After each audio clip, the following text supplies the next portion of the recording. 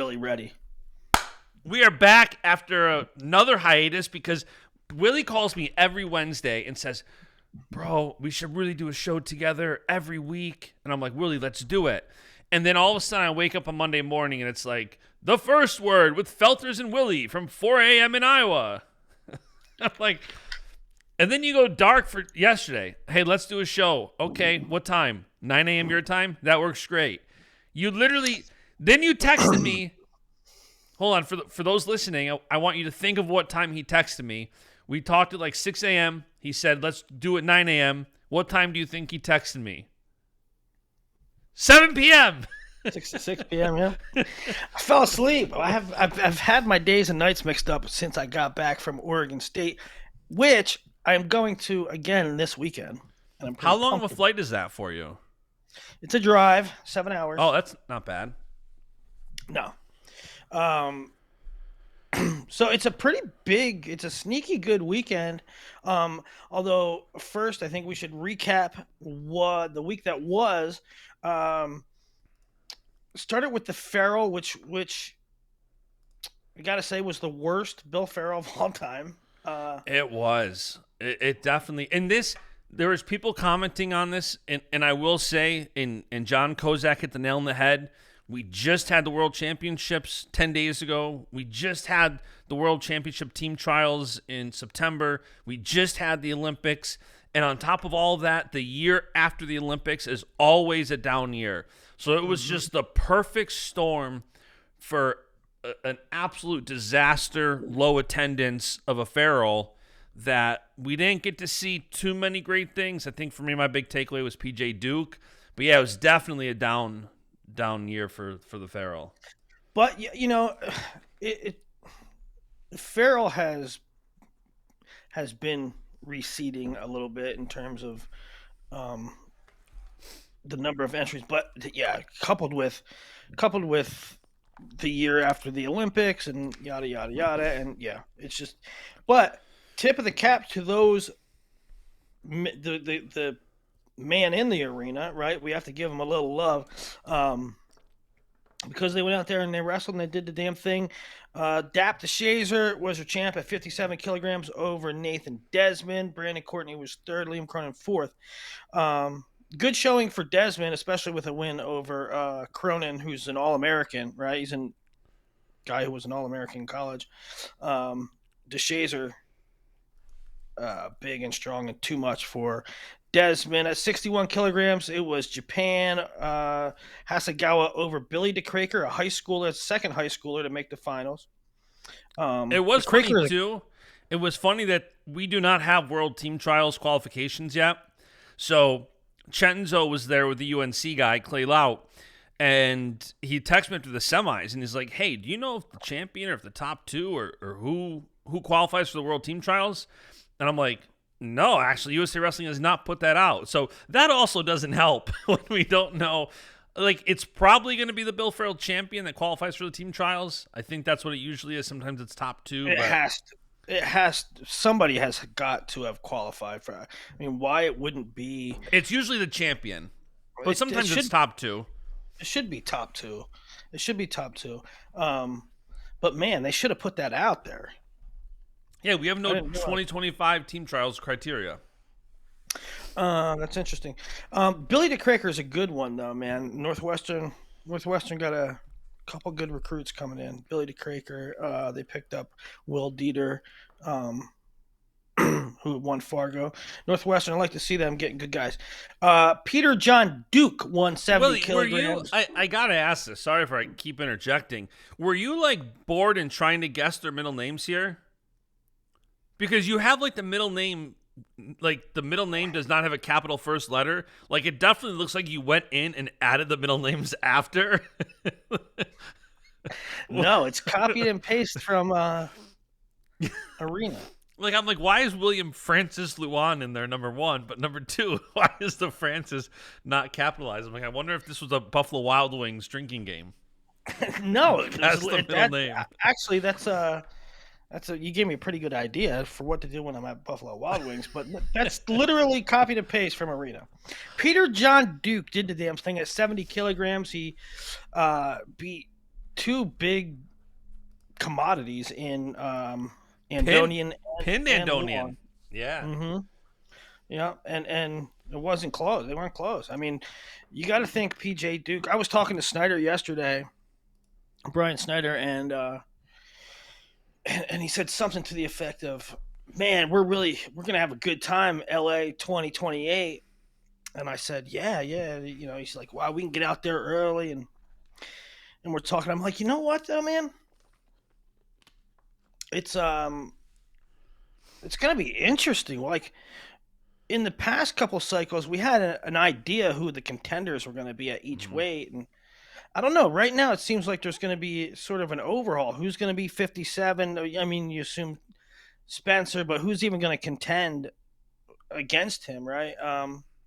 Anyway, it's a long way of saying we got to 74, and Snyder was like, PJ Duke. PJ Duke could be in the mix. So, um, I know he looks like he's outgrowing 70 already, but man, when you get those guys that could be 79 cutting to 74, like Carr, Messenbrink, O'Toole, maybe Duke will be right there with him in 4 years. But you know that whole little group there is seems like front runners to me with Dake, Burrows, Nolf, Chenzo, all those guys out. yeah, yeah. I mean, Dake obviously is the name at the forefront right now, right? But we're 4 years away from that. So, anyway, it's the point is that PJ Duke's still a senior in high school, and he's thought of that highly. Like, Yeah. 2028, he could be a contender. Elroy Perkins, 74 in really not a great weight class. Marcus Coleman over Clay Lau at 86. Kyle Frederick Snyder over Mike Mock. JILO third, pretty decent weight there. Hilger over Wood at heavyweight, and Christian Lance was third over Kobe Merrill, another high schooler. So uh, three high schoolers taking top four, at least three high schoolers.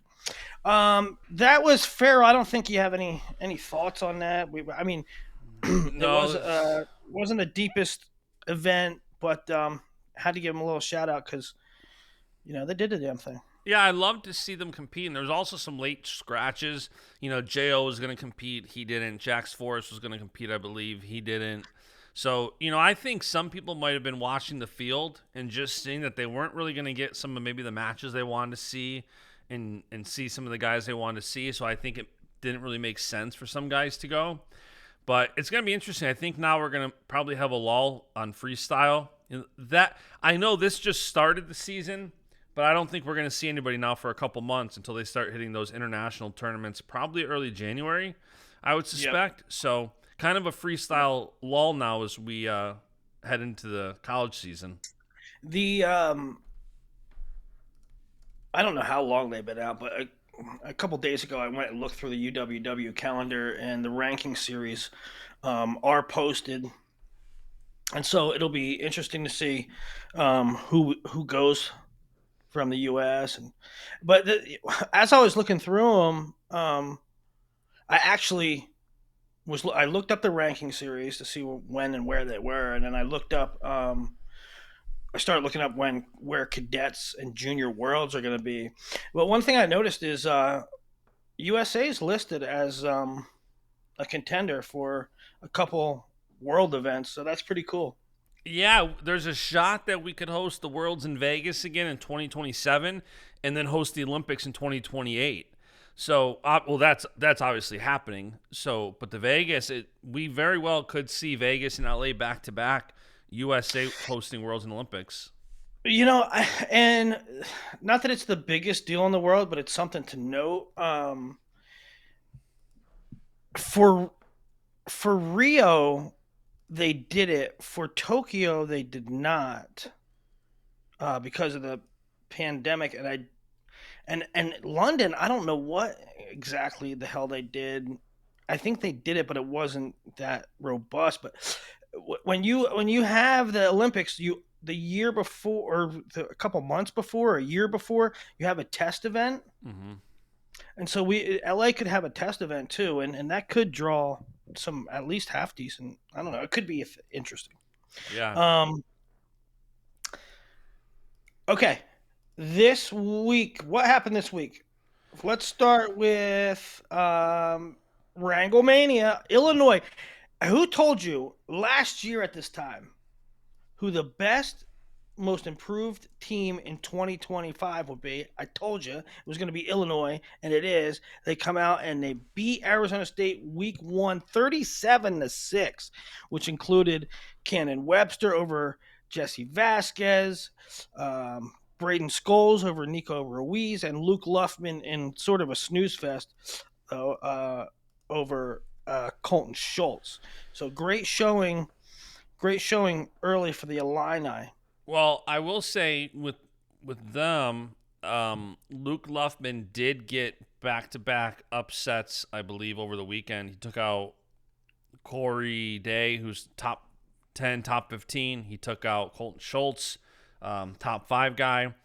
On the other end of that, Edmund Ruth, so far not adjusting that great up at Oh, 184. I tell you what, you could come up with a really good article. Could be who struggled week 1 because or week 2 because there are a lot of guys struggling, a lot.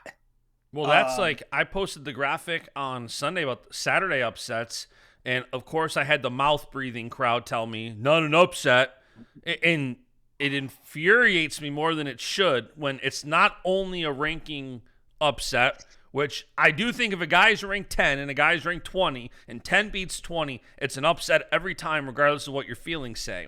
On top of that, when you have something like Tyler Knox, a redshirt freshman, beating Drake Ayala, a returning national finalist, absolutely an upset. And I will say, too, that, we saw Drake Ayala go down, Edmund Ruth go down twice, Colton Schultz went down, Nelson Brands, Caleb Fish, you name it. None of these guys, for me, is stock down. It's only stock up for the guys who beat them. Well, that's what I was going to say. There's a difference between an upset and not wrestling well. You know, so Drake loses a match. I don't think there's much to worry about. But there's other situations where, like Edmund Ruth, he's up a weight and he lost twice. That's an issue for me. Ed Scott lost twice. That's an issue for me. Now the second, I don't. Scott is a bad example because I don't really. He's not stocked down to me. But Nelson Brands didn't look good weekend 1. Got the win though. I don't think any of these guys that didn't look bad, whether they're upset, beat themselves, whatever.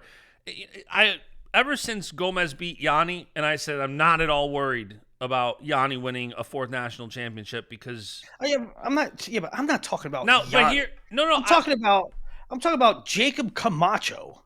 Either way, I'm just saying. I think like there was some overreactions. Like Drake shouldn't go up to 33. He's 1-1. I think it's way too early to tell that. In my opinion, I could be wrong, but no. And there's a lot of guys that lost a match that no big deal, but there are a lot of guys that you got to be like, maybe he lost a step, maybe he ain't the same guy no more. Jacob Camacho for sure. And we could go through them. Camacho got. I love that kid. He got whooped. I love him too. He got whooped. We lost 3 times, all 3 matches at the Journeyman Classic. Yeah, that's what I'm talking about. Like, yeah. And, Colton Schultz loses 2-1 snooze fest to Luffman, and you're like, oh, well, here, I tend to think like these 5th, 5th, 6th, 7th year guys, they might not have much steam left in their tank, but then, Schultz came out and pinned Trumbull, so that was a really great sign, really great bounce back there. But we'll get into there's a lot of guys you gotta generally speaking, like NC State did not have a great weekend. Penn had a pretty good weekend based on Penn had a great weekend. You know who's impressed me so far this season? 2 matches in. No, two great wins in. He's wrestled 6 times. Bear Claw. Shout Yeah. out Bear Claw. Beats Well, Hunter Garvin 11-9, and mhm. then blanks Bubba Wilson, majors him 8-0. He's 5-0 on the year, Bear Claw now, 5 or 6-0. And he's got Cam Amin this weekend. Yeah. That should be a good one. Yeah, yeah. That was part of Nebraska duel. Nebraska 32-7 over Utah Valley. Caleb Smith looked a little rusty. Van D won. Barraclaw beats Bubba was probably the most um, interesting result there. And yeah, that's probably the only interesting Yeah, it result there. wasn't a great duel. Stanford over Iowa State 23-21, and I did not catch this live. Um, I did not catch it live. And then I saw the score. And I said, well, that's interesting. And then I went, and the first thing I did is I went through Iowa State's Twitter feed. And I started at 125. I scrolled all the way down so I didn't spoiler alert myself. And it said, okay, starting off the duel, Adrian Meza gets a forfeit. And I went, what? How can Stanford give up 6 at 125 to start the duel and still win this duel meet? I know. And that's when people Like, are it like, blew my mind. I know. And so then you scroll up, and then Tyler Knox wins. Aiden Valencia beats Zach Redding. I wasn't even sure. I didn't know Aiden Valencia was going to go.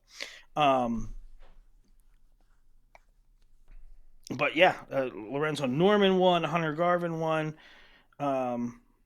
Just a really weird score, really weird duel. A lot of guys out for Iowa State, but credit Stanford. Credit Stanford. Now Provo didn't wrestle all weekend. I don't know for sure. I heard it might be a weight issue, but I'm not sure. Yeah, when I posted the graphic that Stanford won, and people are like, well, Iowa State lineup. Listen, again, like you said, Stanford forfeited the first weight and still won the duel. They showed up, Yeah. and their guys wrestled great. Tyler Knox They got a wrestled major. great, and Aiden Fall got a pin over Zach Redding. Like, listen, if they do another duel meet, I'm picking Iowa State, no doubt. But Stanford did it, and they looked great. I did think one of the big matches here for me was Christian Carroll. Nick Stemet has not looked that great this year, but Carroll did look good down at 97. What you say Nick Stemet hasn't looked great. Nick Stemet has been a solid guy. He's like not a world beater, but he's a veteran, and his matches this year have been incredible. It's the worst schedule anybody's ever faced. He had to go Christian Carroll, AJ Ferrari, Stephen Buchanan. I know. Buchanan did beat the doors off him. Teched him 17-1. AJ only beat him, I think, 5-0. Yeah, he wrestled tough against AJ. I think AJ's still getting back into wrestling condition.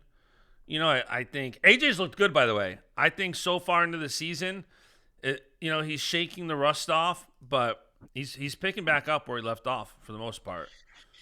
It's only had like two matches so far, but okay, so yeah, 23-21 Stanford. Michigan State Open. I tell you what, talk about one golden nugget. The time did come out. I think it's 6 Central Time. Iowa State Cyhawk duel on the 23rd. I've had people asking me that, so just throw that out there. The time is now set for the Cyhawk duel. It's like 7 Eastern, 6 Central. We talked about the Farrell being down. Michigan State Open was down. Michigan State Open is usually way more robust than this, but I'll go through the results. It wasn't. Nikolai Rivera won 125. Cale Hughes of Okie State, and we'll see what they're going to do at 133. It sounds like it might be Reese Whitcraft, but Hughes wins 133 over Zan Fugit. Tegan Jameson wins 141. Jackson Joy, a gray shirting Cornell incoming talent, he wins Open 149. Now, most of the freshmen, sophomore, right, they go to the freshman division. But Joy went open division and won it. He could be really good. 157 was interesting. Peyton Keller won over Johnny Lovett. Johnny Lovett beat Caleb Fish early. Caleb Fish ended up sixth actually in this bracket. 165 was won by Ohio State's Bryce Hepner. 174, Alex Kramer beat Garrett Thompson in the finals, and it sounds like Thompson's going to stay up at 74. I was hearing mixed signals about if Thompson was going back down to 65, but it sounds like he's staying at 74. Jersey Rob, another OSU Cowboy, won at 84. Cody Merrill of Oklahoma State, another freshman, won at 97 over Evan Bates. Connor Doucette, another Oklahoma State champ, at 285. Yeah, by the way, shout out the low single. I love when fans they rally behind their program and they're creating content. I think more teams need that. The low single is doing an awesome job for Okie State. He was following the Michigan State Open all weekend, giving updates. I really think we need more diehards and fans like creating content just for their teams. I think it's awesome. What do you mean content? What content was created here? Updating people, sharing updates from the event, giving people news and tidbits. I think just putting more into the ether of what's going on for different schools, I think is great. Yeah, I mean, yeah. Tiger Style in Missouri. Matt Ramos wins at 125. 133 was Seth Romney over Braxton Brown of Maryland. Josh Edmond won at 41 over Grayson Clark of Purdue. Chance Lamer at 49 over Logan Joffrey. Ethan Miller with a great tournament. He beat Joey Blaze in a barn burner at 157. Cam Steed won at 65. O'Toole at 74. Hawks at 84. Stephen Little 197. And Seth Nevels beat Seth Nitzel at heavyweight. App State Invitational, and Eddie Van Treska and Cooper Flynn cannot get away from each other. They cannot. They wrestled off for years, going back and forth, and then Cooper Flynn transfers to Minnesota. Minnesota's first date on the schedule, App State Open, where Cooper Flynn's going to see Eddie Van Treska, and there's so many kind of weird like oddities about it, because Cooper Flynn can't beat Eddie Van Treska, and then Eddie finally gets the spot, and he goes on to AA, a surprise AA, but then he comes back and he looks a shell of himself because he's really injured, and he starts the season like 1-4, and then they finally say, okay, Eddie, you're too hurt, we're going to shut you down. Flynn gets a starting gig. But then Eddie's healthy, so Cooper Flynn's going to transfer. So he transfers to Minnesota, but then he loses the wrestle-off to Brandon Morvari. And they go to an App State Open where Eddie Van Treska and Morvari and Flynn are all in the bracket. Morvari loses early. Van Treska beats Flynn in the finals 4-1. And I saw a lot of people saying, oh, I guess Eddie Van Treska is back. It's like, guys, he was like dead last year when he was trying to wrestle. I hope people didn't understand that. I don't know. He couldn't wrestle.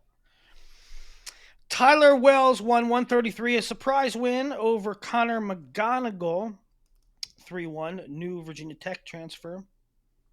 Vance Vombauer, All-American, won at 141, 149, nothing, 157. Askey, another new Gopher, won at 57. Will Miller over Andrew Sparks at 65. Another new Tech guy, Lenny Wallach over Clayton Whiting. Another new Minnesota guy. Man, there's a lot of transfers in this. Yeah. It definitely takes some getting used to the first couple of weeks. Flynn, McGonigal, Askey, Wallach, Whiting. They're all transfers. And then Mullen pinned Kaka at heavyweight.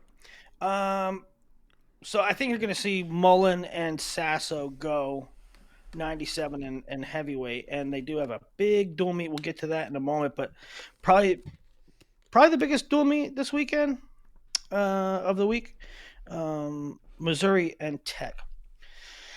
Okay, Journeyman bracket tournament. V-Rob beats V-Rob, Vince Robinson, Illinois guy. Had some really big moments. Fargo, Super 32, Ironman.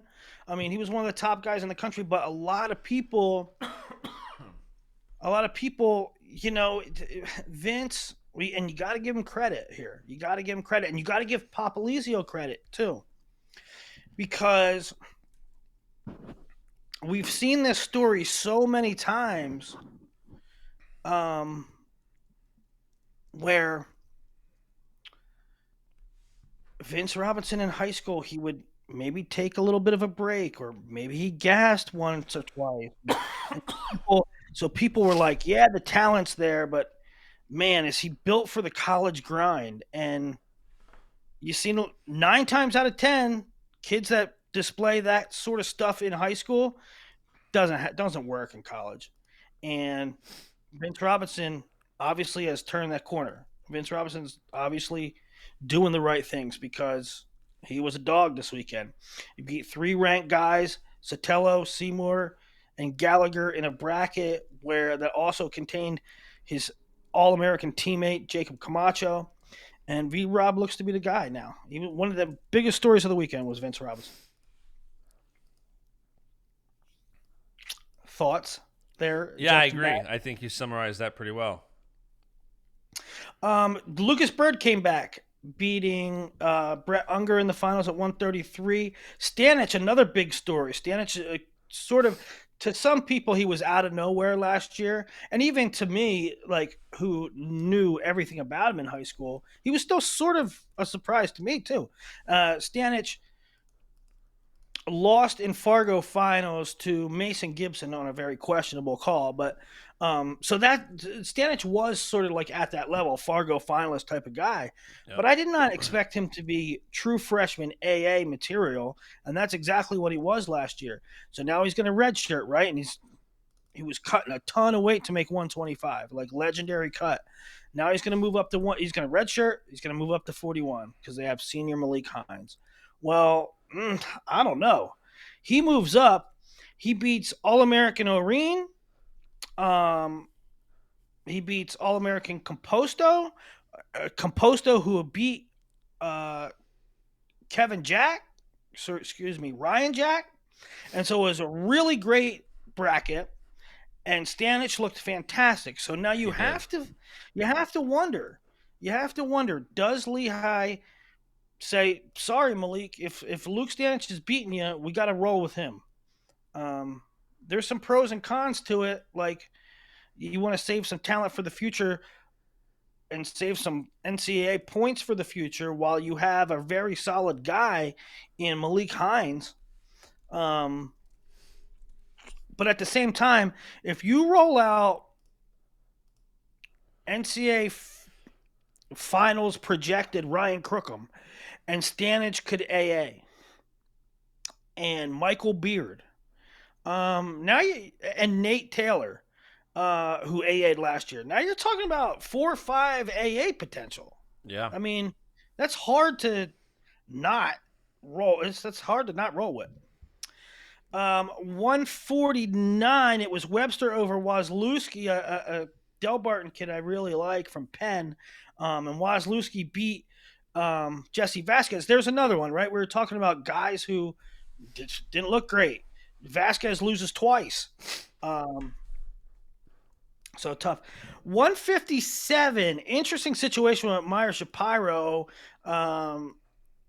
He goes up big on Jimmy Harrington, kid from Massachusetts, goes to Harvard. And then Harrington gets it in a position and pretty solid mat return. And everybody knows Meyer has had some concussion type deals, but Yeah. it didn't look like a concussion. It just looked like a hard, like he landed on his elbow or shoulder. And Meyer gets like rattled. And I don't know if he gets rattled like his bell rung. I don't know if he gets rattled like shoulder injury. I don't know if he gets rattled like just, oh my God, I just gave up a really big move. Um, but he got rattled. What'd you make of that? I saw the injury news and I went back. I didn't watch the match. I went back and watched it, and I thought the same thing. I'm like, huh. Some of these times when they, they he didn't come back to the mat. The match was over. And it was one of those things where I thought he was going to come back and keep wrestling. And when he didn't, I'm like, huh. I'm like, I hope everything's okay. And then he obviously forfeited the rest of the day. So He he's obviously had concussion issues, but at the same time, he can get rattled sometimes. He gets in his own head where he gets timid, he gets flustered, and I think I said that on the Crystal Ball show. If he maintains his focus, if he maintains like in his own brain, I'm the alpha dog, I'm going to yeah, destroy everybody, he'll be fine. But I've seen him in situations where a guy threatens him, a guy scores on him, and he starts like doubting himself. yeah, It's the weirdest thing. I mean, I get it, but I don't get it because he's so damn good. Um, yeah. I anyway, he hope ends up he's okay. I hope we. he's fine. Anyway, Arrington beats Harrington then. Um, and another story at this bracket that was really crazy is that Ed Scott lost to Jude Swisher from Penn, and then Ed Scott lost to Harrington in the third place match. Now, uh, I thought Harrington wrestled really well.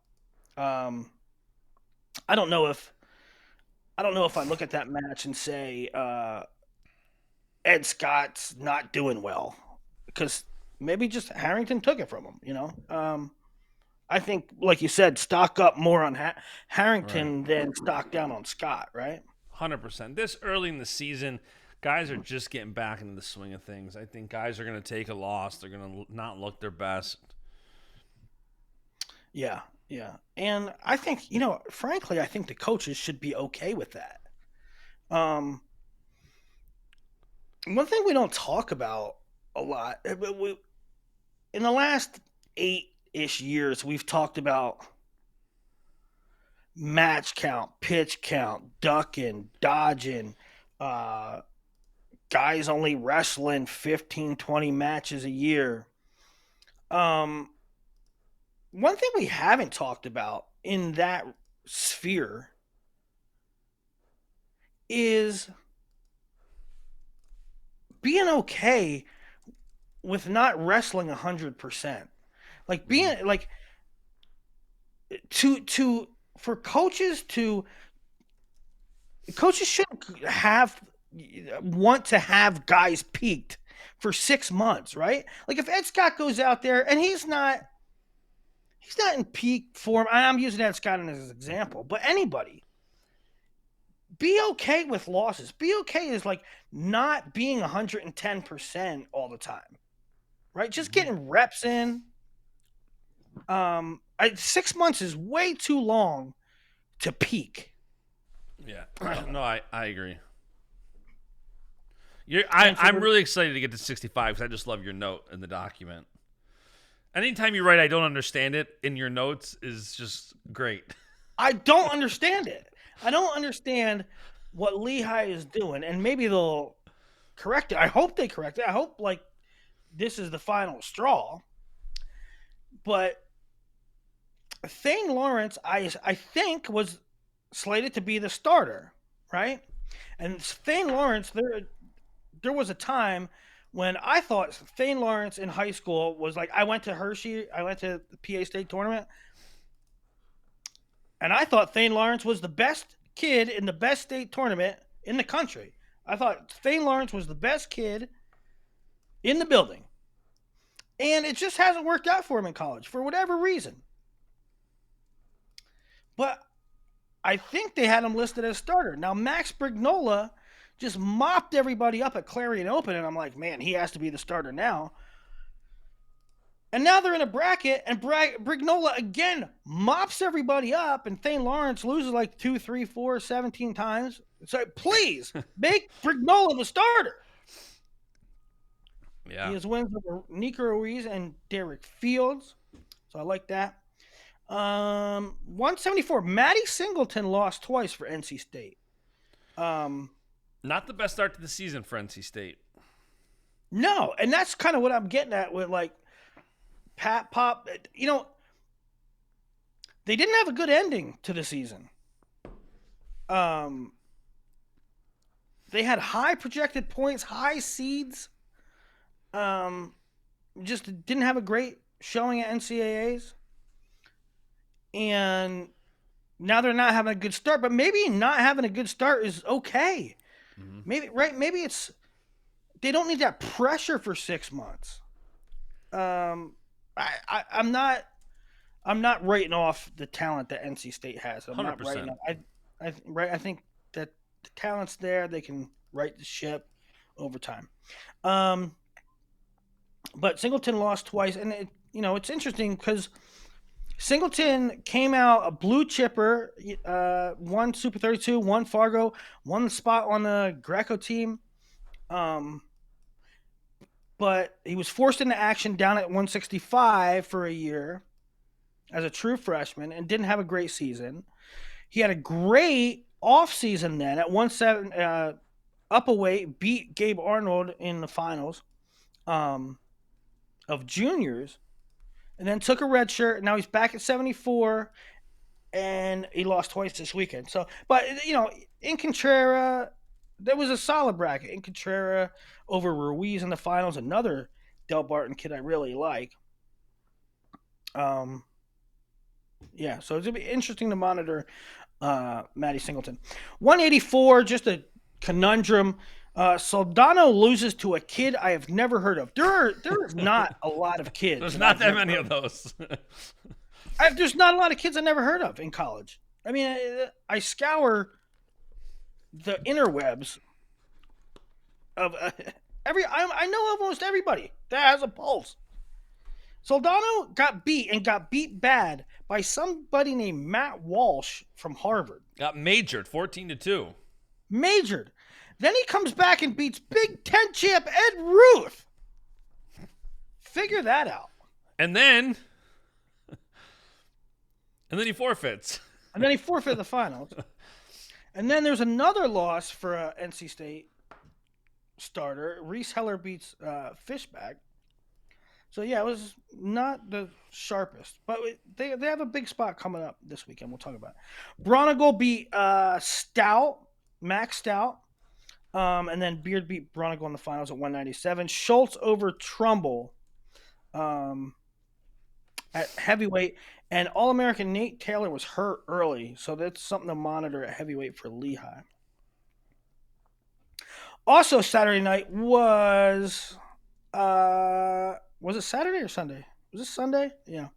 No, Iowa 32-9 over Stanford. Again, 125 was forfeited by Stanford. Cale Peterson got the forfeit. Tyler Knox over Drake in a crazy 15-10 match. Drake scored quick on a over-collar shrug. And then it was a scramble fest. And Knox was able to get in on shots and then work through these scrambles and consistently a couple times. 15-10, Tyler Knox. Knox is really good. Very good. He had a really interesting high school career. I mean, showed a lot of promise. Had a solid start to last year. I think that not weekend one, but early in the season, Vegas, he beat Bouzakis. He had a solid Vegas. And now he beats Drake. Aiden Valencia, another good showing after winning at Iowa State on Saturday, Friday, whatever it was. He beats Ryder Block 11-6. And that's going to be interesting to see. These guys get 5 matches. Interesting to see if Valencia starts the whole year, or they eventually pull him, redshirt him. Kyle Parko, Tech, Jaden Abbas. It was all top work, man. From Kyle Parker. Looks like he Parker was looked great. rolling around with Spencer, with that roll through tilt or that tilt. Teamer over Chalaki and Caliendo Garvin. Um, I said the week before, I said it might be too early, but one of the matches of the year was Munoz and Buchanan. And mark it down. Caliendo Garvin, that had to be one of the best matches you'll see. There can't be too many. That is going to be up there on that list of best matches of the year. Garvin gets out to a big lead, threatened to bear hug a couple times, was really doing a lot of damage from that position, and Caliendo roared back. Now, I don't know. It may have seemed like Garvin, was it a gas tank issue? Was it classic gargoyles in Carver Hawkeye Arena and the mojo and the aura of that building? But who knows what it was? But it was entertaining, that's for sure. What'd you make of that match? Thriller. I thought, some of these transfers we mentioned that haven't looked great this year yet. We just mentioned Caleb Fish losing for NC State. There were some others. I thought the Iowa transfers all looked great. Didn't you think that? Didn't you think that maybe the the transfers look the best out of there's a thing where you might think, all right, well, the new guys are going to take some time to adjust to the Iowa system, or like new coaches or new room or new environment, whatever it might be. They have to learn the map of the city. There's a lot of Yeah. stuff where the classrooms are. So yeah, they might take a little bit to get up to speed. Well, I think it's been opposite. I think the transfers have looked the best. Well, And Gabe Arnold and Ben Cooter both looked great this weekend. But I do yeah, think Arnold that has looked great. But I do think that these are also older guys. You're talking Parko, Teamer, Buchanan. These are seasoned vets of college Yeah, wrestling. those are the guys I worry about. I worry about the 6, 7 year guys, Yeah. and for them to look as fresh as they have, Hmm. like Parker looked great. Teamer looked great. They both did. Buchanan looked amazing against Munoz, especially the second half of the match, and has wrestled with high energy this weekend. So I think excellent job by Tom Brands. Um, Whatever he's doing with those guys is working, and that's not an easy thing to do. What do you think? We kind of talked about all the I mean, weights, really, but I hope you're not. I hope who people that are watching this are not sitting back and saying, "Well, Willie, they're the best, and Teamer's a second, and Buchanan's a third, and of course they're going to look great." No, no, not of course, not of course. I mean, Stephen Buchanan has looked more prolific than he ever has. So don't give me that nonsense. Ja'Cory Teamer put up a lot of points yesterday. Kyle Parko is not a tilt master. I mean, give credit where credit's due. yeah, no, I do think you're right that like Teamer started his college career in 2019. Like that's a long time ago. So I do agree with what you're saying. Like it's very hard to sustain your career in college. And to that point, like Parko scored 15, Teamer scored 13, Caliendo scored 17, Buchanan scored 17. That is a lot of points. Yeah, yeah, and they're not. And by the right? way, even the non-transfers, Gabe and Ben. Gabe scored 14, Ben scored 19. Iowa scored a lot of points this weekend. Yeah, and I often my mantra is always hungry dogs hunt, and that's why I think they should. That's why I think Lehigh should run with Stanich, and that's why I worry about 6, 7 year guys. Yeah, I've been there. I've done that. How long can you keep that fire lit? How long can you keep that competitiveness lit? How long can you stay healthy and your bones or joints ain't aching? And how Ja'Cory Teamer very well could have went out there and won 5-2. Um, And by the way, you mentioned it already, but like, it should be stressed. If you look at these guys, Buchanan went from Wyoming to Oklahoma to Iowa. Not an easy thing to do. And this is his 6th year of college wrestling. Teamer had right. this whole offseason with, is he going to transfer? Is he not? He's in the news. He's in, people are talking about him. He's enrolling in Iowa. Like, there is a lot to just hunkering down and training in the offseason versus making a big move and adjusting to a new campus, a new city. There's I a lot wonder there. how much of it is too. Um, that it's Iowa and it's their debut, and Teamer had to be fired up for that, right? I mean, Parco said as much in the interview. Um, it's one thing to want to do it. They probably had some fire to have a good debut at home, but you have to have put in the work, and you have to have getting the right training, and you have to have the right coaches, and so I all around, I think you have to credit Tom for what he's did. 100%. You can. It's like what they say about Kale, like Penn State. Well, they get all the top recruits; they should be this good. No, you can't just get it a top recruit and he does good and you just mark it up to, well, the coach didn't do nothing. No, so you get my point, right? Yep. You get Stephen Buchanan, top returner at 197. You get Ja'Cory Teamer, top returner at 157. But you still got to coach them. You still got to manage them. Even if you want to use the term manage, whatever you want to do, there's still work for Tom to do, and he's still clearly doing it. At least early returns suggest that.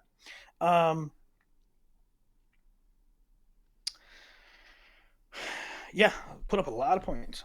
So What'd you make that of was, Nelson dropping that match? I think I worry about 6, 7 year guys. That's what I think. And don't. Here's the thing about Nelson too. Stop holding the Nelson mic. Nelson has to get back to. I can tell in Nelson's body language he's not 100%. Like, not 100% back in the rhythm. Not optimized, right? You got to remember he had a whole year off, and so I think he'll be fine. Now, Lorenzo what do you Norman, what do Lorenzo you Norman's not a bum. Who did Lorenzo Norman beat last year? He beat somebody ridiculous.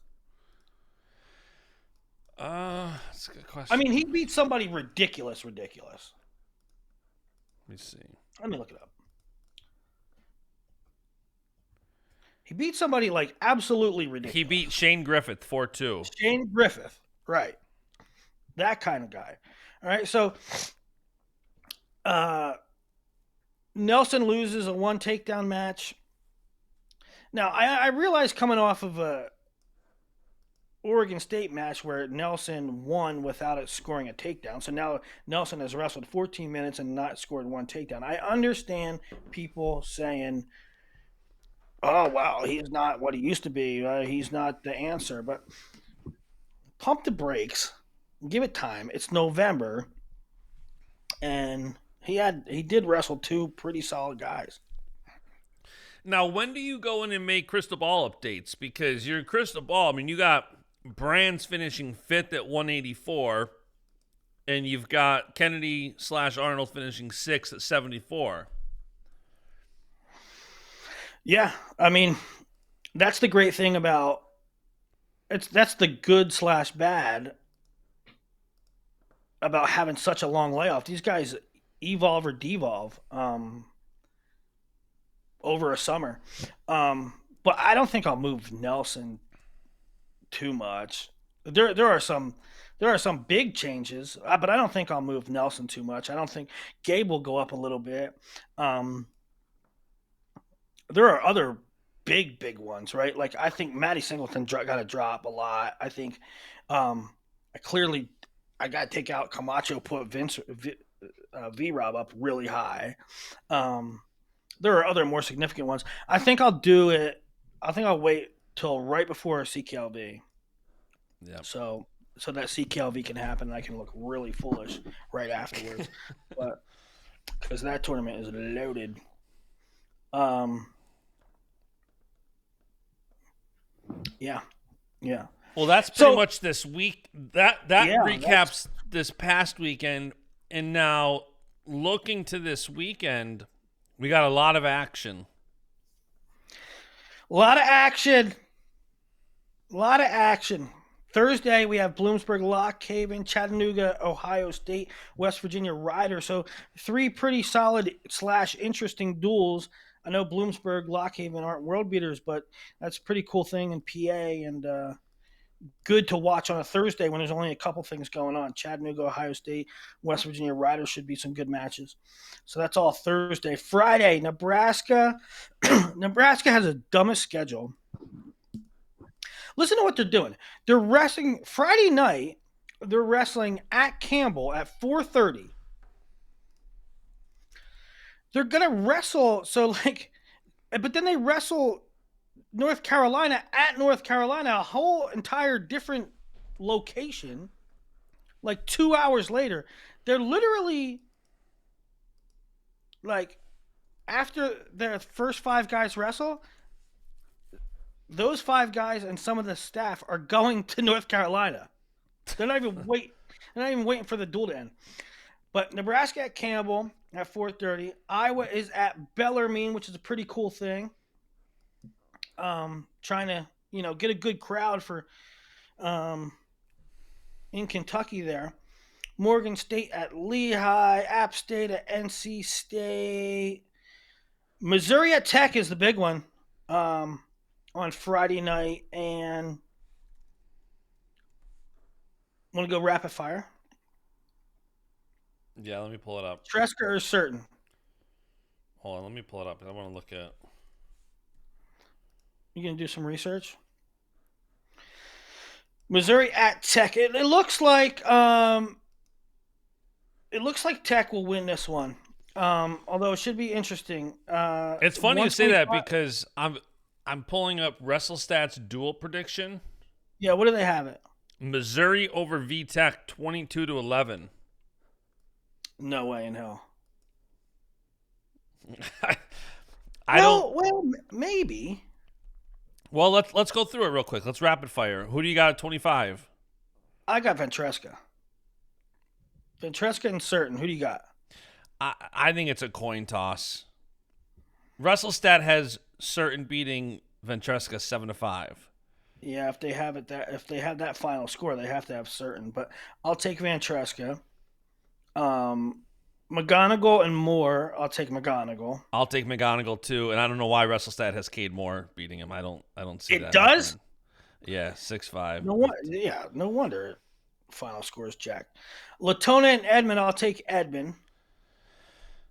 Latona lost last weekend to somebody, and he's up at 41 now, and he's certainly capable of winning this match. But I'll take Edmond.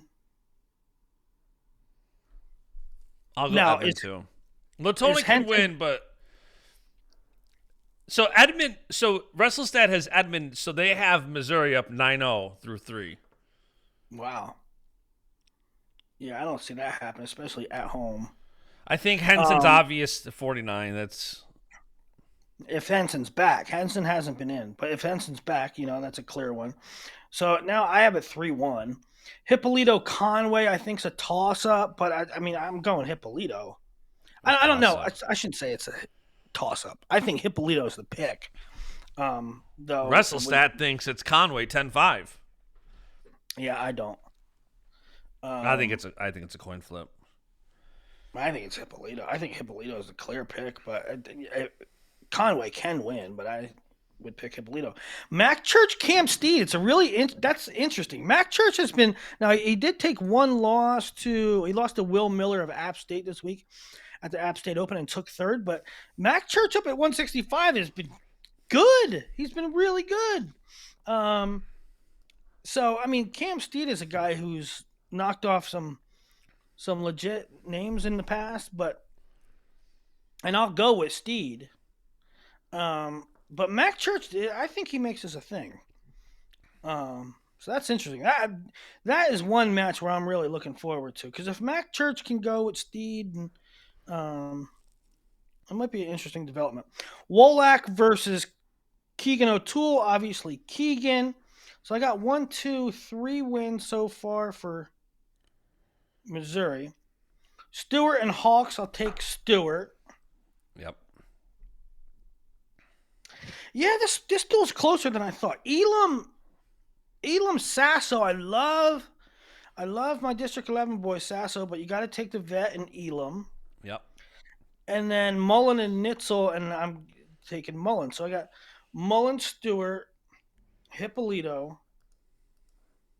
I got a 6-4. I got a 6-4 Tech. So man, it's the best duel of the week. It's Well, a really great All-Star Classic's probably the best. Well, yeah. But yeah. Like I said, later that night is Nebraska, North Carolina. Van D against Ethan Oakley, who transferred in from App State. That should be a real good one. They were both like round of 12-ish guys last year. Ridge Lovett versus Lachlan McNeil. Navy is at Iowa State. Bucknell is at Minnesota. Oklahoma State is at Utah Valley. And as you said earlier, nice one there at 65 with Bearclaw and Amin. Yeah, I'm really excited to see what Oklahoma State looks like. A lot of talk this offseason, all the transfers, David Taylor coming in, whole new coaching staff. Yeah, we've had 2 weeks of wrestling and we have not seen Oklahoma State or Penn State. Yep, we finally see both this weekend. That is it for Friday. Saturday, Northern Colorado at Penn. You could see Poulin against Max Gallagher, Alirez against Composto. Stanford's at Cal Poly. That gives us an Abbas-Lamer matchup. American at Maryland. Live on Rokfin, by the way. Northern Illinois at Northwestern. Sunday is Purdue. Well, time out. You're skipping right over the biggest event of the weekend. Going from Saturday to Sunday without bringing up the All-Star Classic.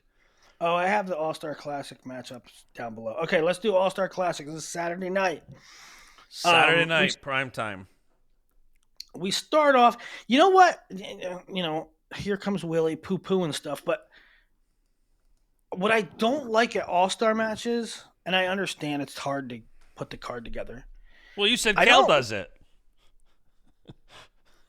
Well, Kale does it where it involves a Penn State wrestler. I don't like this is just old man get off my lawn stuff. I know it, but I gotta. All right, let's hear it. Let's hear it. I'm ready for it. Feed me the old man yelling at the cloud. I don't like preseason all-star matchups between two guys from the same conference. Yeah, there was a lot of commentary that I wish we were seeing matches that we weren't going to see. Now, listen, there's only 3 of them, but they're the first 3. But I don't like even the initial matchup was Kirkfleet versus Feldman. That would have been another one, right? I don't like it. But anyway, I know it. I'm being a dork. Jory Volk against Tanner Jordan. Wyoming, South Dakota State. I'll go Jory, although that's been an interesting, that'll be in the margins. 133 Nasir Bailey against, is it Frost? Is it still Frost? Because Frost hasn't wrestled. Yeah, as of now, it's still Frost. Frost hasn't wrestled, and I think, I assume, well, no. I don't assume. I did assume, and then I got information. He's getting down to weight. He's still getting down to weight. I mean, Frost gets notoriously big, so it's not a surprise that early in the season he'd still be getting down to weight. So we'll see. I don't know. It's sort of an exhibition, so maybe there's a weight allowance, or maybe there's not. I don't know. But And that shout should be out a Little really Rock good. having two guys in there. We got Nasir Bailey right now, and then Stephen Little up at 97. So Yeah, that's great for their program. yeah, I That's love great for the that. program. I'm sort of bullish on Frost. Well, I shouldn't say I'm bullish. I don't have him like absurdly high in the crystal ball, but he's a guy that I think can make a giant jump. I think he can. I don't have it reflected in crystal ball right now, but I think he can. And so I'm really interested in to see how Evan Frost does. 141, our third consecutive intra-conference matchup: Mendez versus Bartlett. For the fifth time Although, in a row. yeah, and they'll probably see each other 2 or 3 more times this year. Um, 149, Shane Van Ness. Great to have Shane back against Ty Waters. Um, top 2 or 3 matchup in the country. That'll be a I'm really looking good. forward to that one. And Waters is really dangerous, man. He's big.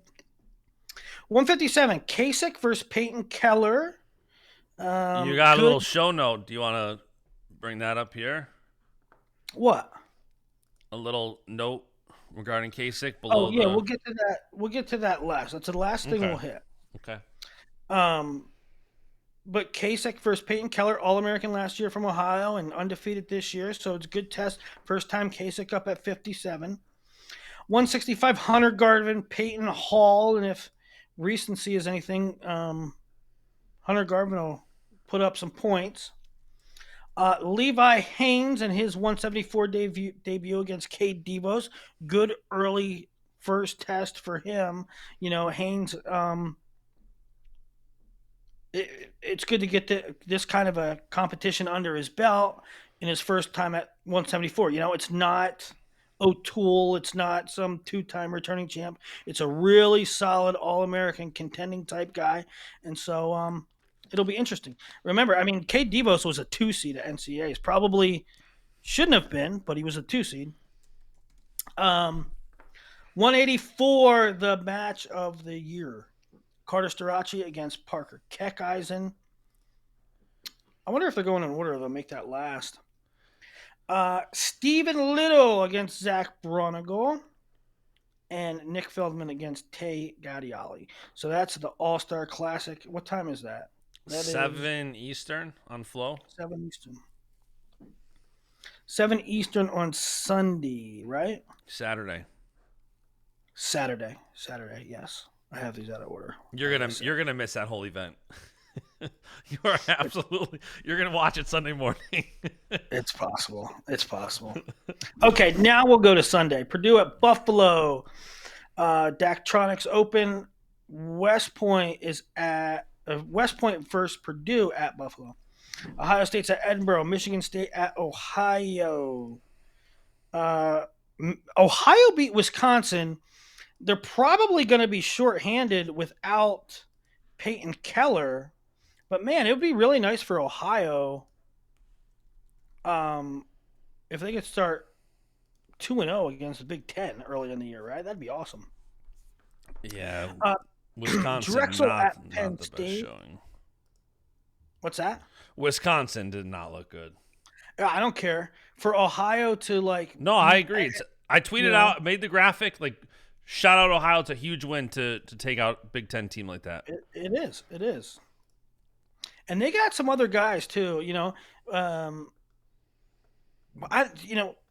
Ohio has done good in spurts in the past, and they've had a dude once in a while in the past, right? They've had a Jeremy Johnson or a Phil Wellington, but there's something going on right now where their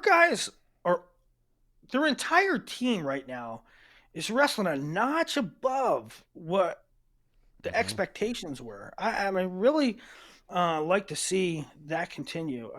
Whatever they got a good group there right now. Joel Greenlee doing great. Drexel at Penn State, Army at Buffalo, George Mason, Clarion, Long Island against Rutgers, NC State, Princeton, Morgan State, VMI, Long Island, Princeton, NC State, Rutgers. This is going to be a dandy. Probably not in Tech, Missouri, hype, but dang near right there.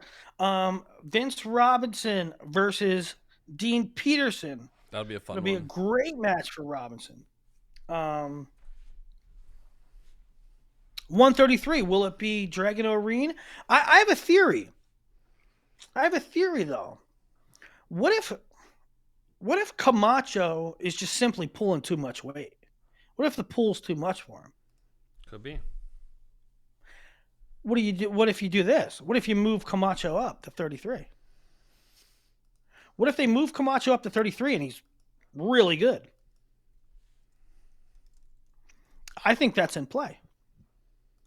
I'm gonna theorize that is in play because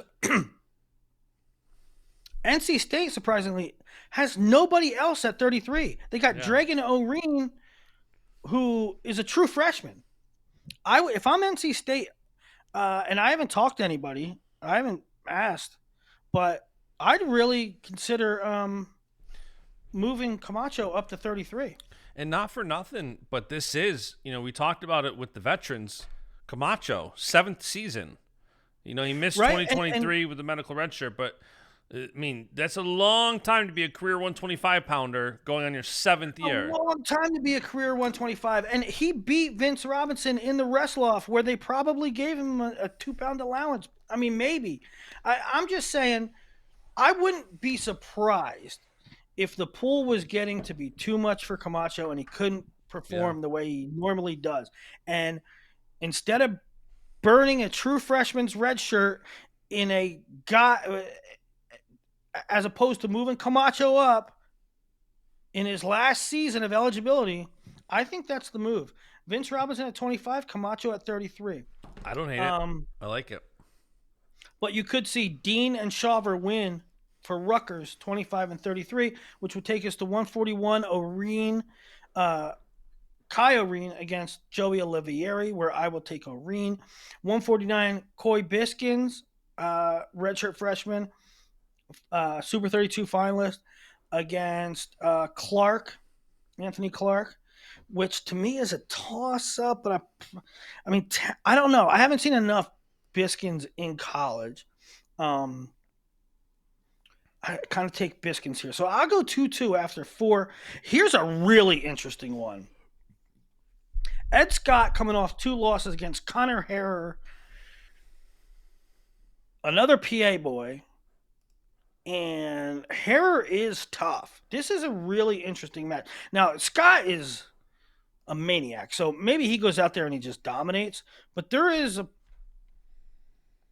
chance that Harrer goes toe to toe with him. That might be a key matchup in this duel. 165 Fields and White, Anthony White. So Fields just took a loss this weekend. I think that's another toss-up match, man. I think that's another toss-up match. I mean, if you're looking at some tosses, 57-65. 74 Matty Singleton and Turley. And at this point, I'm going Turley. Although Turley kind of wrestles a certain way where anybody's in the match with him, so I think that's going to be, a 1-score match. Fishback Soldano. Who the hell knows what the hell is going to happen with those two? I mean, you could run a million simulations and not get anywhere with it. 197 Christian Knopp versus Poznansky. You lean Poznansky there. Yep. And then Trumbull versus Slavakuski. Yeah, it's not a bad duel. It's a great duel. I cannot wait for that duel. Columbia's at Michigan. Oklahoma State at Oregon State. And it's sort of, Oregon State opens up with Iowa and Oklahoma State. And the same kind of expectation, the same kind of response. Like, you knew Iowa was going to win the duel, right? But you want to see Iowa compete for the first time, and you want to see how Oregon State competes versus Iowa. Same thing here. You know Oklahoma State's going to win the duel, but you want to see the debut of Oklahoma State. Well, I guess you'll see it the night before with Utah Valley, but right, the first weekend that Oklahoma State's competing, you want to see that, and you want to see how Oregon State competes against Oklahoma State. So it'll be really fun. Maximo Renteria against Troy Spratley. You want to see who Oklahoma State rolls out at 33. Probably Whitcraft, but maybe not. 141 should be good. Singleton has been wrestling really well against Tegan Jameson. 49, probably Carter Young at 149. 157, Ethan Stiles transfers from Nebraska to Oregon State. He's been wrestling really well, putting up a lot of points. Kind of wild. Like, he'll go upper body with you. He'll shoot misdirection low singles. He just really mixes it up. An entertaining guy against Teague Travis, who last year's, a blood round of 16 type guy. Sean Harmon, who just wrestled Nelson Brands real close against Dean Hamidi. Munoz against who? Maybe Serber back. And Wyatt Hendrickson in a orange singlet. So it'll be a fun weekend. Now, one last thing I wanted to bring up is Kale had a press conference, their media day, and credit to the journalists who asked, but they asked the right questions. And as far as 133, it sounds like what we thought, or what the rumor was, or what the intel was correct, in that it sounded like two things at 33. Nagel banged up, and also sort of that Brayden Davis sort of seized it anyway, right? So that's 33. 57, it sounds like it's in flux. Kale seemed to think that Facundo's been making really good strides, and of course they have Kasich, who was third last year, and that's going to be a thing. They're gonna have to figure that out.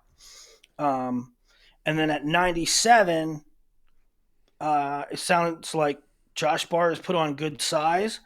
I think Kale himself used the term jumped levels. So it sounds like Josh Barr is doing really well, and that it'll be out of him and Cochran, and that Marisola is full red shirt. Which I think is the right thing. When you have this lineup and you have so many guys that can go right now, an extra year is only going to make Marisola that much better. Barr seems ready to go. Like, I think you're going to see a lot of red shirts. There's so much talent. I think one of the things Cal said was, at this point in time, every weight's a competition. Yeah. And, Kale will probably not like me saying this part, but it does present sort of a problem for somebody, though, if, let's say, now Facundo he's been in this sort of position where there's real competitiveness around his weight, and it's hard to crack through the lineup. But let's say Facundo let's go through the scenarios. Let's say Facundo wins the spot. Kasich, okay, fine, I'll redshirt. But Facundo's still back. So if Kasich can't beat him next year, then what? I know. It is something. I don't think it goes unspoken by Penn State fans. I think there's an awareness that you have so many great guys, and look what Bear Claw's doing. Bear Claw's at Utah Valley, looking awesome. Couldn't crack the Penn State lineup because of the depth there. You got a 4-time national champ in Carter, and then Brooks. Like, that lineup is so deep, and these guys like Bear Claw, season's so early. Obviously, he's got a couple good wins. He's got a whole season ahead of him, but yeah, the Penn State lineup, though. I mean, if you look at it like that, I have sort of an unrealistic, another kind of like old man take, in that I think you chose a school and you fight to win the starting spot there, and you don't transfer. You don't. I think that's the way you should do it. Um, I I know don't that that's disagree, but I I know that that's understand. totally unrealistic. I know that's totally unrealistic. And I know, and I also know that if I were in their shoes, I probably wouldn't listen to me. Yeah, no, Um, I totally agree with you, but I also totally understand right. that these kids dream of winning a national championship, and I get it. Like if you're stuck 2-3, but listen, I Well, was so it goes, but it goes beyond that too. Let's let's say Facundo makes 57 fine and looks great, and he Willie. We got a makes special guest joining. Dottie B, What's Dottie up, B. boys? Well, how come you're not fishing, buddy? I'll show you. A little windy today. See all those white caps? Hey, why don't you? A little rough. But we got a giant yesterday. 80, probably like mid 80s. We released him after about an hour long fight. It was pretty insane. Why don't you catch these giant? You guys watching the show? Don goes fishing like 3-4 times a week, and when I say fishing, I mean deep sea fishing, 100 miles offshore. 100 miles offshore. Catches these gigantic tunas. He pisses me off because my favorite thing in the world is otoro. It was just tuna belly, which is the best piece of meat. It's the best. And Don doesn't eat it, and it pisses me off that he catches the best freaking tuna in the world and he doesn't eat it. But he catches these Hey, fish. Bash, And then he check out the sends Wax them. and Give Us Instagram story today. Trump's comment on the battle yesterday. What battle? Oh, We the battled. battle. We had an 86 incher yesterday, dude. It was Well, insane. what I'm getting It was at insane. is you catch these fish and then you send the pics to the group chat with us three and Felters, and but I never see you tweet. I never see you tweet the pictures. I do every once in a while. You got to tweet them, dude. They're monsters. He saves a lot I of try his to use Twitter I try for to use wrestling my takes. Twitter is my evil alter ego of myself. My Instagram is like the Yeah, I know how fishing that good goes. side of it, and then I do all the evil stuff on Twitter. So I like use That's that kind as of what I my evil alter ego. do. So look, let's talk wrestling, man. What are you guys talking about? I want Well, to talk Luke Stanich before we get off this call. we'll talk about Stanich, but Okay. the Kasich Facundo dynamic and the Penn State sort of embarrassment of riches goes beyond the Facundo Kasich thing because even after this year, you got 2 more years of Mesenbrink, and then what does Sealy do? Right? So if Facundo wins 57, it creates a situation for Kasich. And no matter who wins 57, it creates an issue for Sealy. Right? So Well, I Kasich's an know M2 kid, right? Kasich's an M2 kid. So he just relocates to the middle of the country instead of the middle of the PA. He's right in the middle of the country. Good stuff. Perhaps. And I know Kale probably doesn't like the implication of guys transferring out that I'm making, and I'm not saying they should transfer out. I'm saying Penn State has recruited great for a long time. We hadn't seen kids transfer out because they're interested in the starting spot somewhere else. They like the experience, they like the camaraderie, they like the process, whatever's in there, whatever magic is in that winning, and it goes to a culture which they enjoy. Even Michael Beard, well, Michael Beard never said it on camera, but I know for a fact Michael Beard didn't really want to leave. It took him, even after the first time, it took him some, like, okay, Michael, you need to make a decision. And so whatever Penn State is doing there, even if high quality recruits don't win the starting spots, they're reluctant to leave. But now it's Hey Willie, do you see this current backlog happening in terms of from a greater perspective? Like I think for years we've sort of seen a little bit of a backlog at Penn State. Now it's sort of coming to a head. Do you see that as becoming a story that's going to sort of starting to change the recruiting aspect where kids are actually looking like a guy like Sealy, where normally you're looking at used to a year or two down the road. Now you're saying, well, they've got 6 or 7 guys within the pipeline within a weight class of me. Do you see these current issues as something that's going to ripple along the lines, going forward? I don't. This answer might sound contradictory, but I do think that you're going to see more kids leave Penn State because it's just too jammed up, and these kids they have aspirations, and as much as you're having fun and liking it there, you're going to see a couple Michael Beards. Um, However, I do not think that it makes less kids go there right out of high school. Because if you, because one, the proof is in the pudding.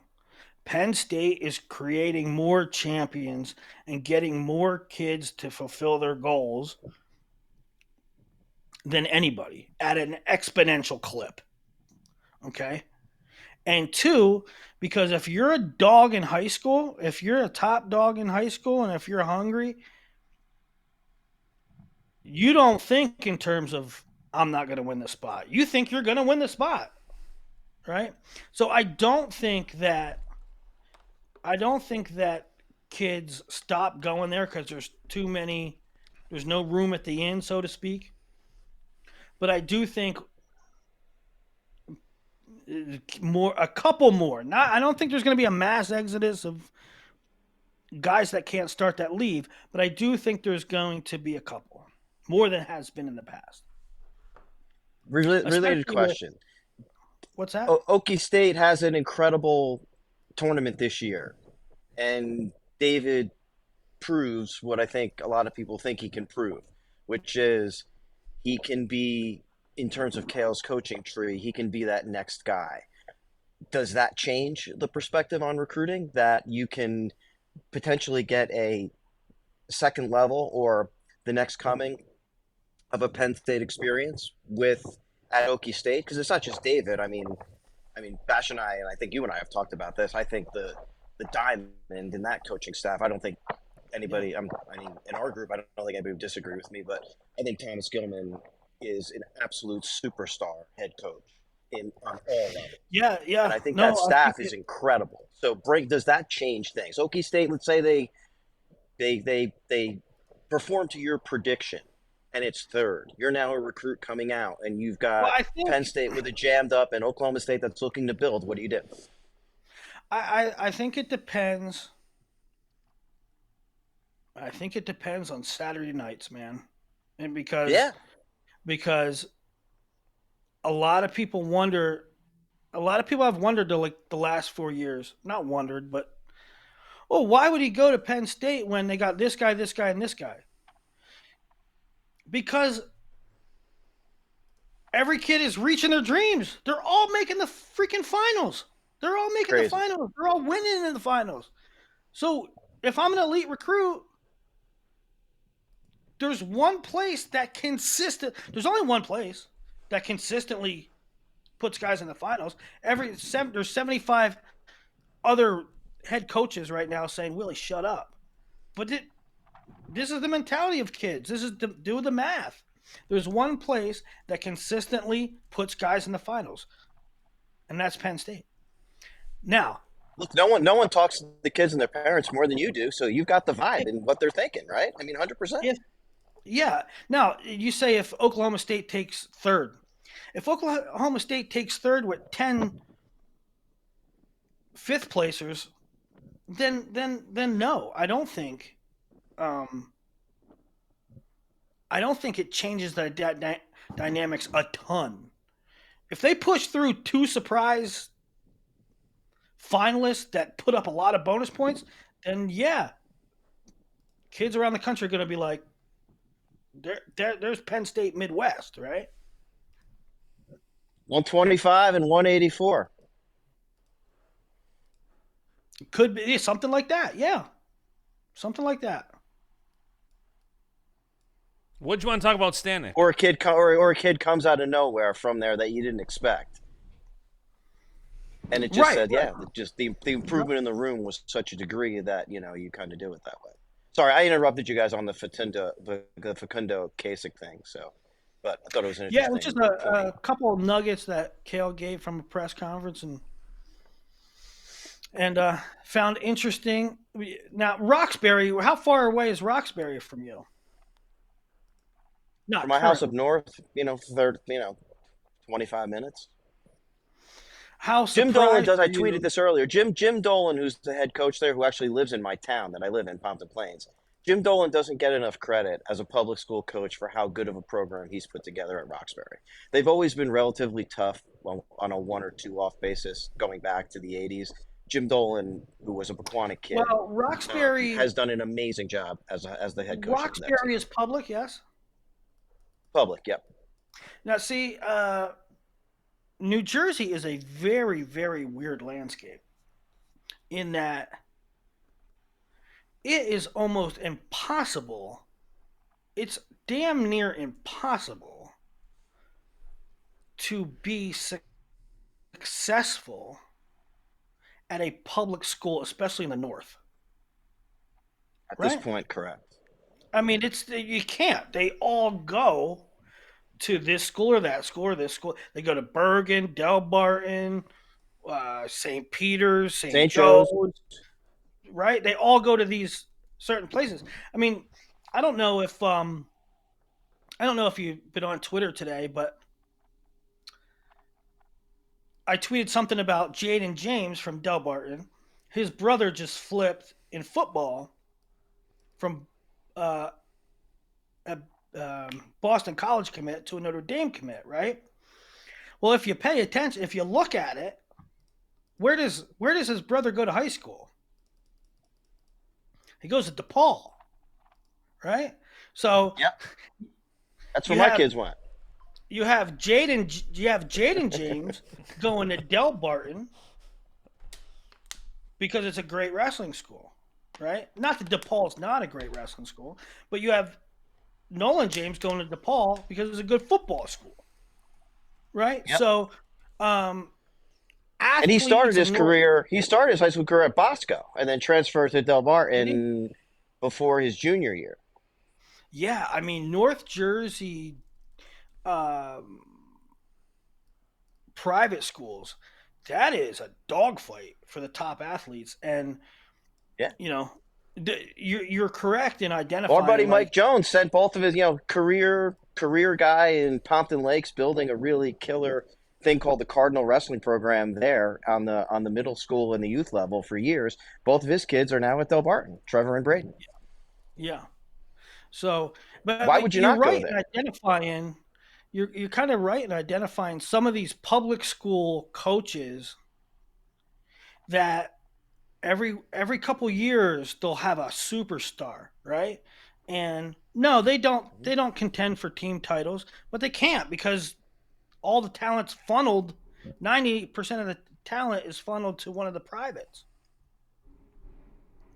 Correct. And in Dolan's bracket, you have Phillipsburg, which is not, they're just a legacy program that you're going to get those tough kids that are not going to, there's really not a ton out in West Jersey to even deal with from a private school perspective, right? But, Jim has been, besides that, I don't know him really well. I know him tangentially, but great guy, and doesn't get enough credit in Jersey for how good of a program he churns out at Roxbury year in and year out. Because Delbarton's in Morris County, so you don't ever hear about them on the Morris County Championships because it's all about, well, Delbarton plays 14 of 14 in the finals. Yeah. And Jim, year in and year out, consistently has solid kids. And I think if you look at a kid like Stanich coming out of that program that somewhat under the radar, that really overperformed last year, and now up 2 weight classes as well. What's going to happen? He's up 2 weight classes, and he takes out, Orion this weekend, which he's good, man. He's fucking legit. If you're Lehigh and you have returning heavyweight All-American Nate Taylor, and you have returning All-American 97 Michael Beard, and you have returning All-American #1 ranked Ryan Crookham, do you pull Stanich? If it's me, Yeah, I would. I would too. I think you're potentially with the points that can be scored. I think you're knocking, not necessarily there, but you're Yeah, knocking on the door of a top 5 I mean, without question. you're top And they 10. have some other guys that will perform. Yeah, They have some other guys that we talked perform. about I it a mean, little earlier. Max Brignola had a great tournament this weekend. He had two great, Another great solid Jersey kid. Clarion the year before. Where's Brignola? Was Brignola? He wasn't. Rumson Fairhaven. Shout out to my partner Brian Heller. That was his coach. Get Rumson Fairhaven, who now who was the Rutgers kid, DeLuca. Yeah, where Sonny is from, and where Eleazar DeLuca now coaches that program. Yeah. Hudson Scove comes from that program. That's a legit public school program in New Jersey. They have another one coming up too. They have like a freshman coming in. That's pretty good. All right. But it's funny. Rumson's kind of a little bit like a quick off story. So Ali and I went to Philadelphia to the Italian market on Saturday, and I'm sitting in a bar while we're waiting for some pizza to get done at Angelo's Pizzeria, which Portnoy rated high. It was okay. I'm sitting next to a kid with cauliflower ears. I start talking to him. He's a Jersey kid. Oh, yeah, I wrestled in Jersey. I was in the state finals. Said, yeah, I transferred from Paulsboro to Eastern, for my senior year, was hated for it. And, of course, I know a lot about New Jersey wrestling. I knew, before the kid even told me his name, I knew exactly who he was. And Eric Dunnett. Wrestled for Old Dominion coming out of high school, lost to Frank Cagnita in the state finals.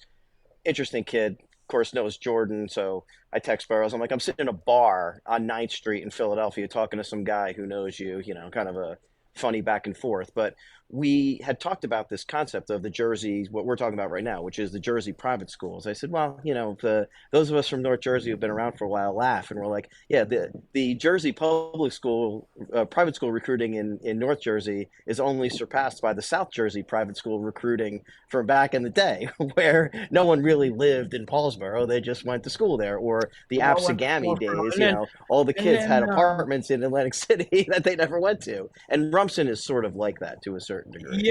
Yeah. I mean, I was thinking about that when we were talking about North Jersey recruiting. It used to be South Jersey. Was it Brick? Who used to? You can name them. I mean, look, Olympian Frank Molinaro, right? He was at Middletown for his freshman year, and then went to Southern. That's.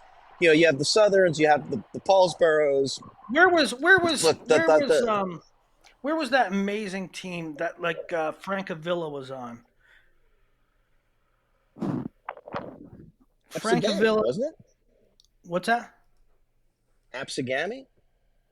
No, he might have started there. Absegami had that 4-year run where they were undefeated back Billy in the George. day. Billy George. Long Branch. They recruited a ton, Long Branch right? High School. Yeah. I don't know. We talked a little. Donna and I talked a little bit about Scott Festeo and Mike Morales, which probably was one of the greatest, matches I've ever seen in the state semis. But, and Dunn had said he trashed Festeo when they went to Old Dominion, or he trashed him in a dual meet. I actually remember the dual meet. And I said, yeah, well, you just kind of stayed in position and wrestled, basic stuff, and you didn't get into the whole haymaker that Festeo threw. And at the end of the conversation, he shrugged his shoulders like, I never really thought about it like that, but yeah, I think you're probably right. I'm like 100%. I'm like, him and Mike Morales were throwing haymakers at each other in the state semis the one year. It was insane. Scotty Festeo ended up marrying a girl I worked with at Flow. That's great. Dude, he was must-see wrestling in the day. Must see. You had to go see a Long Branch dual meet just because it was that exciting. I need an update from you two on sweet tickets for Philly. Do we have an update? We should lock it. It should be locked in. Should be good. We're locked in. Hold on. Should be or is? I texted lock it in. He said done. Nice. No, I haven't seen an ACH wire from you or a Ray token transfer. So when I say should, yesterday, dude, I paid my shit. You already paid? And don't forget about the food and beverage. Yeah. You know what You could have had the food and beverage job. You know what I just realized earlier this morning? I said I'll take 2 tickets. I'm gonna take 2 tickets, but I'm gonna give them away. I don't need a ticket. I don't need a ticket. What do you mean? Why don't you need a ticket? Because I have a media pass. Yeah, but they sometimes in the How are you going to get up? They like have security and shit that like require you to like show stuff. I did it before. I bought a suite ticket before. Already, he's trying to weasel out of the couple $1,000 for the suite pass. Already. No, I'm just Is saying. It locked in? Yeah. Well, I don't need a ticket. No, I'm just saying. I'm still getting the 2 tickets. I'm just saying. I'll. So predictable. What do you? Well, we have the commit. Listen, you got it. You have to pay the money just for the Patron for the 3 days. All right, that's it. You got alcohol money there. I'm not winkling out any money. I'm still getting 2 tickets. I'm just gonna have 3 people for 2 tickets. Dude, it's gonna be a crazy weekend. Have you guys looked at your hotel rooms yet? And Kale talked about. They asked. Kale actually had a really good analogy or metaphor. They asked about NCAAs being in Philly this year, and Kale said, "We don't care where the ballroom is. We like dancing. We don't care where the ballroom is. We just want to dance." But the fact of the matter is, he did say it's going to be a tough ticket and it's going to be sold out. And but Philly this year, I've been telling people for 2 years. Philly this year is going to be off the hook. And I'm telling you guys out there, you guys that are watching, it probably ain't going to happen for you this year, but there is nothing like getting a suite at NCAAs. Get a suite at NCAAs with 15, 20 of your best friends. There ain't nothing like it. Listen, don't increase our competition. It's already so tough. I mean, we had to go literally through. Listen, we can have this conversation after the deposit is in. Let's get locked in first. We basically had to. We got in through a Penn alum who has Wells Fargo suite tickets constantly and is willing to give these up for this event. Like, it's not easy to get.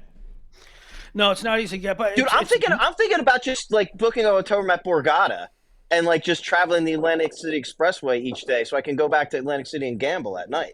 How far is it? Like it's gotta be an hour. Minutes or an hour.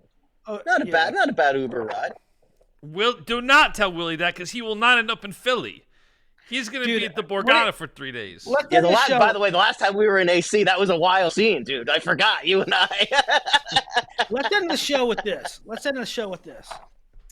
High Horn 12? No. I once had like a very, very... He was one of the greatest athletes of all time. He was one of the greatest high school athletes of all time. He took third in PA states twice. But he might have had the state rushing record. Anybody watching this could figure it out who I'm talking about. But also his uncle was like a legendary coach for Petersburg. Now you know exactly what I'm talking about.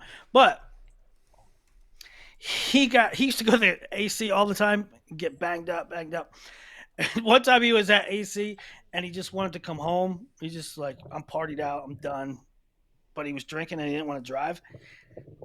So he realized that he had AAA and he was within the mile radius. So he had AAA tow him home, and he sat in the back in his car while it was being towed, drinking beers. That's great. Absolute legend. Eric Thompson's his name. All right, I love you guys. Until next time. All right, that's the show. All right, boys. Thanks, man. See ya.